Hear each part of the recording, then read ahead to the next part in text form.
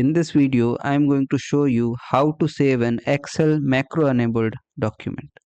So please just download and open this workbook. You can find the link to download this workbook in the description of this video. So just go and download this workbook. And if you have already downloaded this, then we can make a start. So there are quite few formats you can use to save an Excel document. The most common being the standard Excel workbook. So this would be an Excel document with the file extension .xlsx, which at this point you may be familiar with.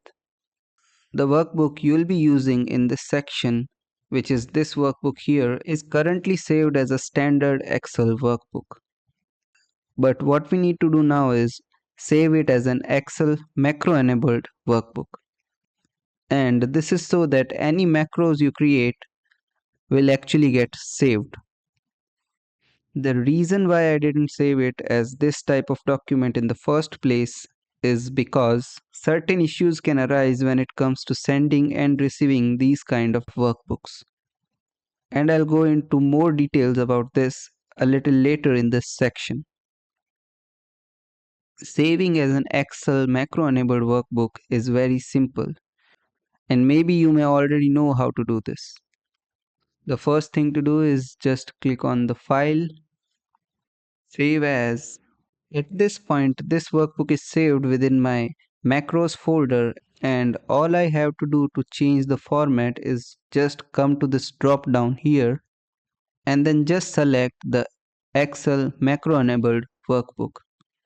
So I'll just select that and click on save. And at this point, you can just come back to this spreadsheet. Later on in this section, I'm going to show you how you can actually work with macros within a standard Excel workbook. And as you'll come to learn, this can be very useful. Now we can move on to creating our first macro. Before we create a macro, I'd like to share 3 points in this tutorial. The first one being, you cannot undo a macro. So you can't just click on this icon here to undo your actions. And also you can't use your typical keyboard shortcuts like Ctrl+Z. So basically you can't really undo a macro. There are ways and means around this, and I'll show you this as we go through this tutorial. But usually it's a good idea just to back up your spreadsheet. So we're actually going to start within sheet 2, and you should actually have this workbook now.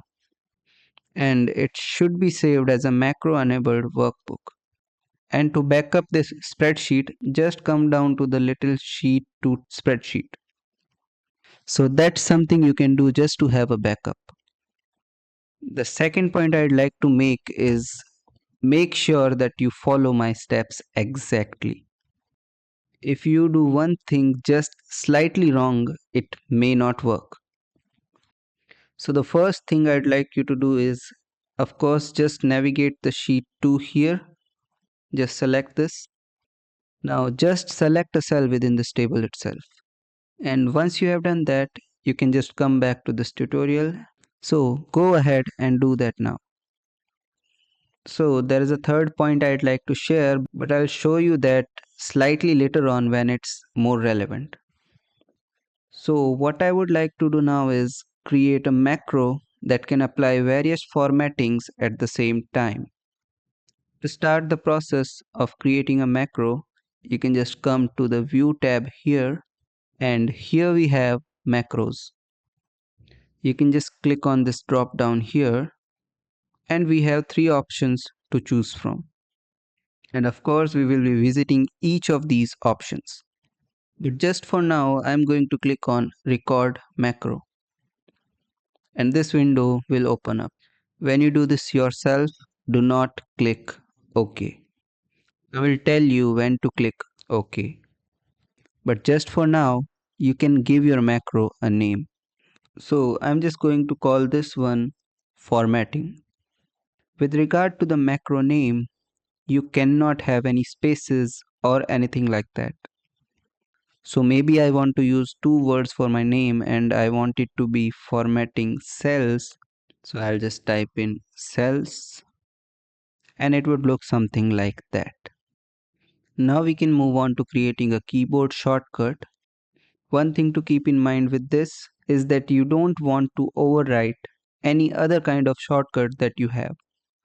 So for instance, Control plus C, which is a shortcut that you are probably familiar with.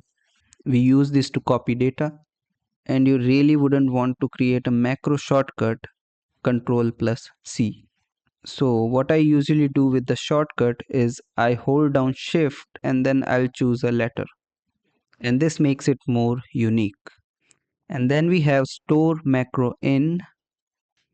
Just make sure that it is on this workbook. And then we have this description, which is optional. You can just fill in any information that you want, or otherwise you can just keep it blank. So go ahead and try this yourself, but just remember, do not click OK. So just pause this video and try these steps and then come back to this video and I'll explain what happens when you click OK. So go ahead and do that now. So the reason why I don't want you to click OK at this point, because if I click OK, the macro is now recording. And I know it's recording because I have this little square down here at the bottom left, and it basically just tells me whatever I click on now in Excel, it's going to get recorded. So yeah, the reason why I don't want you to click OK yet is because I don't want you to jump back and forth between the Excel and the course content itself, because this might mess up your macro. So just for now, look at what I'm going to do. All I'm going to do is I'm just going to come to this home tab here and with my cell here, and you should have an active cell within the table. So all I'm going to do is I'm going to apply some yellow cell formatting here, and I'll also make it bold, and I'll come to this border drop down here and I'll give it all borders. And now I'm finished recording my macro, so I'm just going to click on stop here. I'm just going to bring back that little stop button back by using some video editing. So on to the third point, you should never use the macro shortcut that you have just created before you click on the stop button. What will happen is Excel will just crash or it will just freeze. But after around 10 seconds, Excel will detect this and it will give you an error message, just asking you if you want to stop the process. I think what happens is the macro starts to execute itself over and over again really quickly. So it's a good way of crashing Excel. So just make sure that you click on the stop button before you use your macro. So what I can do now is I can just select any of these cells here and use my shortcut, which is Control Shift F, and you can see that I have all of that formatting applied in one go. So now it's time for you to do this yourself. Go back to Excel and you should have the details filled in at this point.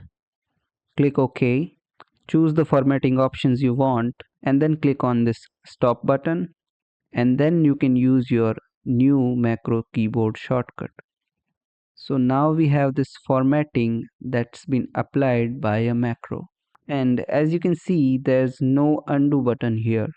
What can we do if we have a change of heart and we want to put the things back to the way they were before?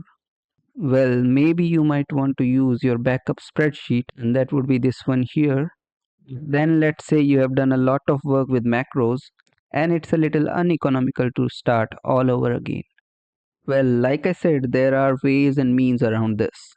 So what you could do with this particular example, you could just select a cell like this and then use the format painter to basically paint over the various cells. Like I said, there's various ways and means, but you are going to be limited sometimes. So on some occasions, you may have to use your backup spreadsheet.